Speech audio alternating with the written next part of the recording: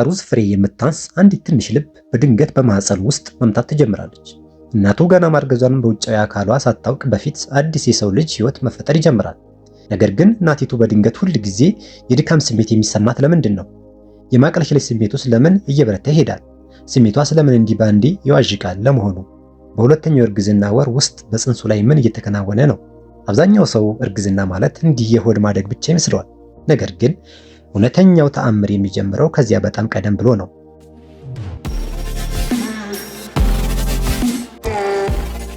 ጤና ይስጥልኝ፣ እንደምን አላችሁ? ስሜ ኤፍሬም ይባላል። የሚድዋይፈሪ ወይንም የማህፀንና ስነ ተዋልዶ ባለሙያ ነኝ።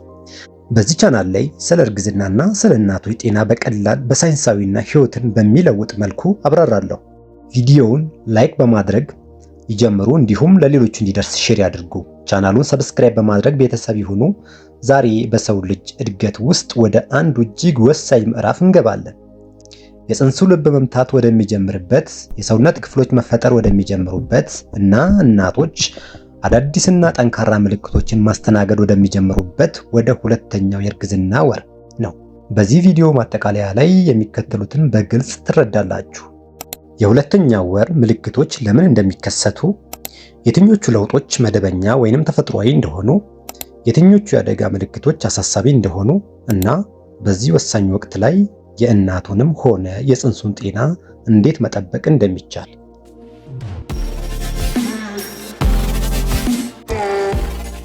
አሁን በቀጥታ እንጀምር። ሁለተኛው የእርግዝና ወር ከ5ኛው ሳምንት እስከ 8ኛው ሳምንት ያለውን ጊዜ ያጠቃልላል። ምንም እንኳን ጽንሱ አሁንም በጣም ትንሽ ቢሆንም ይህ ወቅት በጠቅላላው እርግዝና ውስጥ እጅግ ፈጣን እድገት ከሚታይባቸው ጊዜያት አንዱ ነው። በጥቂት ሳምንታት ውስጥ ብቻ አንጎል ማደግ ይጀምራል። የጀርባ አጥንት ወይንም ነርቭ ስርዓት መፈጠር ይጀምራል። ትናንሽ እጆችና እግሮች መውጣት ይጀምራሉ እና ከሁሉም በላይ የሚያስደንቀው ልብ መምታት ይጀምራል። በዚህ ደረጃ ላይ ጽንሱ ገና የአንድ ብሉቤሪ ወይንም የዱር እንጆሪ ፍሬ ያህል ብቻ ነው። ነገር ግን በዛች ጥቃቅን አካል ውስጥ በሰከንድ በሚሊዮን የሚቆጠሩ ሴሎች ይከፋፈላሉ ወይንም ይባዛሉ። ሁለተኛው ወር እጅግ በጣም ጥንቃቄ የሚሻበት ወይንም ስሜታዊ ወቅት የሆነው ለዚህ ነው። እናትየው የምትመገበው፣ የምትጠጣው ወይም የሚያጋጥማት ማንኛውም ነገር በጽንሱ እድገት ላይ ቀጥተኛ ተጽዕኖ ሊያሳድር ይችላል።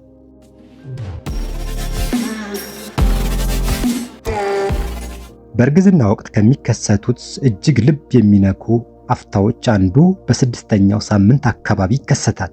የጽንሱ ልብ መምታት ይጀምራል። የጽንሱ ልብ በደቂቃ ውስጥ ከ120 እስከ 160 ጊዜ ሊመታ ይችላል። ይህም ከአዋቂ ሰው ልብ ምት እጅግ በጣም ፈጣን ነው። የአዋቂ የሰው ልብ የሚመታው በደቂቃ ከ60 እስከ 100 እንደሆነ ይታወቃል። ብዙ ወላጆች ያንን የልብ ምት ለመጀመሪያ ጊዜ የሰሙበትን ቅጽበት በፍጹም የማይረሳ እንደሆነ ይገልጻሉ።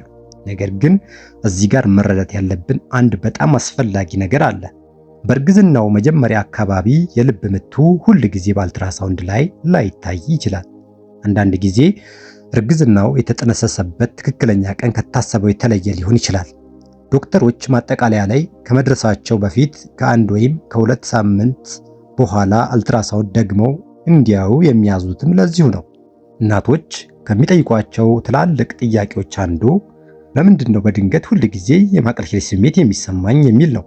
እሱ ሆርሞኖች ናቸው። በሁለተኛው ወር ውስጥ HCG የተባለው የእርግዝና ሆርሞን በከፍተኛ ፍጥነት ይጨምራል። ይህ ሆርሞን እርግዝናው እንዲቀጥልና እንዲጠናከር ይረዳል። ነገር ግን በሌላ በኩል ጨጓራንና የአንጎልን ክፍሎች ይረብሻል። ብዙ ሴቶች የሚከተሉትን ምልክቶች የሚያስተናግዱትም ለዚሁ ነው። ማቅለሽለሽ፣ ማስመለስ፣ የተወሰነ ምግቦችን መጥላት፣ ለተለያዩ ሽታዎች በጣም ስሜታዊ መሆን እና የምግብ ፍላጎት መዘጋት።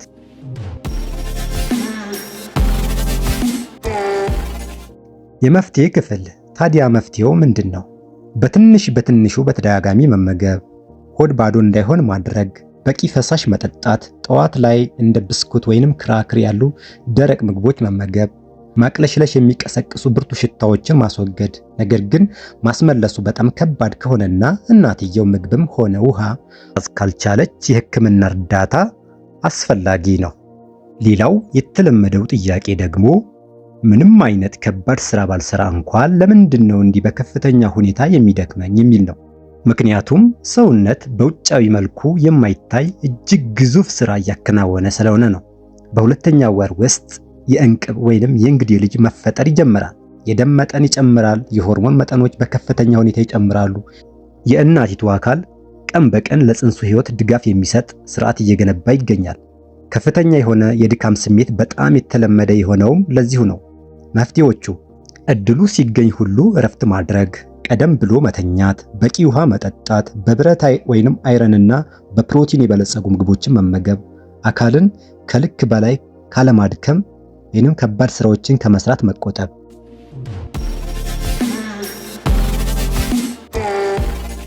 አሁን ደግሞ በሁለተኛው ወር ውስጥ ጽንሱ በትክክል ምን እንደሚመስል እንመልከት። ከአምስተኛው እስከ ስድስተኛው ሳምንት የነርቭ ቱቦ ወይንም ኒውራል ቲዩብ ይፈጠራል። ይህ ክፍል ከጊዜ በኋላ የአንጎልና የጀርባ አጥንት መሰረት ይሆናል። ከ6 እስከ 7 ሳምንት በቀጣይነት እጆችና እግሮች ሆነው የሚያድጉ ትናንሽ የአካል እብጠቶች ወይንም ቡቃያዎች መታየት ይጀምራሉ። ከ7 እስከ 8 ሳምንት አይኖች መፈጠር ይጀምራሉ። ጆሮዎች ያድጋሉ። የፊት ገጽታዎችም ቀስ በቀስ መታየት ይጀምራሉ። በሁለተኛው ወር ማጠቃለያ ላይ ጽንሱ የእያንዳንዱ ዋና ዋና የሰውነት ክፍሎች ወይንም አካላት መሰረታዊ መዋቅር ሙሉ በሙሉ ይኖረዋል። ምንም እንኳን እናትየው ገና የጽንሱን እንቅስቃሴ ማወቅ ባትችልም ሕፃኑ በማህፀን ውስጥ ትናንሽ እንቅስቃሴዎችን ማድረግ ጀምሮ ሊሆን ይችላል።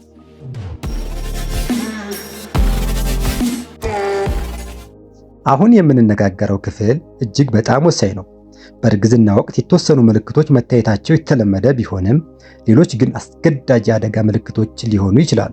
የሚከተሉት ምልክቶች ካሉ በአስቸኳይ የሕክምና እርዳታ ያገኙ። ከፍተኛ የደም መፍሰስ፣ ብርቱ የሆድ ወይንም የማህፀን ህመም፣ ከፍተኛ ትኩሳት፣ በማስመለስ ምክንያት የሚመጣ ከባድ የሰውነት ፈሳሽ መድረቅ፣ ራስን መሳት ወይም ከባድ የማዞር ስሜት፣ በአንድ በኩል ብቻ የሚሰማ ከበድ ያለ የዳሌ ወይንም የጎን ህመም። እነዚህ ምልክቶች ከባድ የጤና እክሎችን ሊያመላክቱ ስለሚችሉ መቼም ቢሆን ችላ ሊባሉ አይገባም። ሁለተኛው የእርግዝና ወር የጽንሱ የአካል ክፍሎች የሚፈጠሩበት ወሳኝ ወቅት ነው። ስለሆነም ጤናማ ልማዶችን መከተል ከማንኛውም ጊዜ በላይ ትልቅ ዋጋ አለው።